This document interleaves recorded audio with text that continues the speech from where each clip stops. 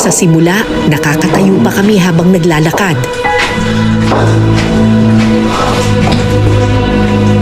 Pero habang lumalalim, mas nagiging malinaw ang hirap na aming gagawin. Malamig pala dito, no?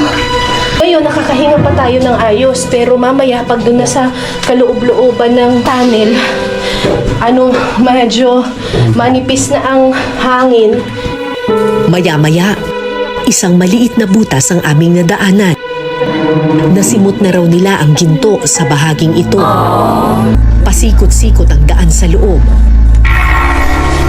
Matalas ang mga pato, masikip at kailangan mong gumapang para pagkasyahin ang iyong sarili. Hindi ko alam kung gaano pa kalalim ang butas na aming lulusungin. Madaling dapuan ng takot at kaba dahil pakiramdam mo walang katapusan ng pasikot-sikot sa ilalim ng lupa. Makalipas ang mahigit 4 na oras na paglalakad, pagod na ang buong team. Makalabas pa kaya kami sa kuwebang ito?